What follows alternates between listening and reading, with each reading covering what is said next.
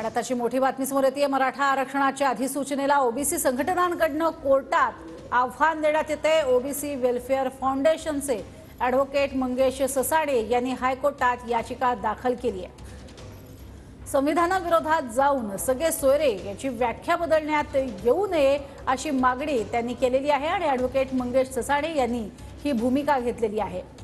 अधिक माहिती घेऊयात आमचे प्रतिनिधी कृष्णा सोनारवाडकर यांच्याकडून। कृष्णा, काय अधिक माहिती?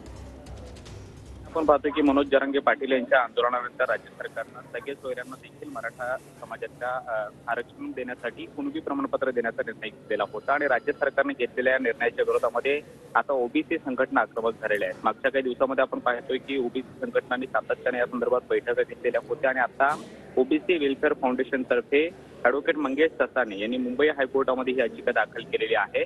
त्या याचिकेमध्ये म्हणण्यात आले की सगळे सोयरे ही जी राज्य सरकारनं कुणबी प्रमाणपत्र सगळे सोयऱ्यांना देण्याचा निर्णय घेतलेला आहे तो संविधानाच्या विरोधामध्ये आहे आणि संविधानाच्या विरोधात जाऊन सगळे सोयऱ्यांची ही व्याख्या बदलता येत नाही आणि त्यामुळेच मराठा आरक्षणासंदर्भात घेतलेल्या राज्य सरकारच्या भूमिकेला हायकोर्टामध्ये चॅलेंज करण्यात आलेलं आहे।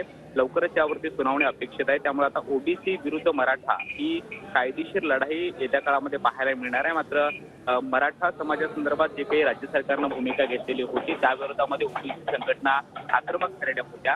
आमच्या वाट्याचं आरक्षण हे मराठा समाजाला देण्याचा सरकार प्रयत्न करत आहे। यासाठी ओबीसी नेते छगन भुजबळ यांनी सगळ्या ओबीसी नेत्यांना एकत्रित बोलावलेलं होतं आणि बैठक घेतलेली होती आणि त्यानंतर याचिका दाखल करण्याचा निर्णय घेण्यात आलेला आहे। मुंबई हायकोर्टात ही याचिका दाखल करण्यात आली। त्यामुळे आता मराठा आरक्षणासंदर्भात जो काही निर्णय राज्य सरकारने घेतलेला आहे किंवा कुणबी प्रमाणपत्र सगळे सोयऱ्यांना देण्याचा जो काही निर्णय राज्य सरकारने घेतलेला आहे त्याला हायकोर्टामध्ये चॅलेंज करण्यात आला आणि लवकरच यावरती सुनावणी झाल्यानंतर दोन्ही बाजूची युक्तिवाद आपल्याला पाहायला मिळणार आहे। त्यामुळं सरकारने घेतलेल्या निर्णयानंतर सरकारची ही कायदेशीर लढाई कशी सफल होते किंवा ओबीसी संघटनांकडून किती महत्त्वाचा युक्तिवाद केला जातो आणि त्यानंतर या आरक्षणाच्या संदर्भातला जो काही निर्णय किंवा कुणबी प्रमाणपत्र देण्याचा सगळे सोयऱ्यांना निर्णय आहे तो कशा पद्धतीने टिकवता येतो किंवा सरकारला ती यश येतं का हे पाहणं महत्त्वाचं असणार आहे।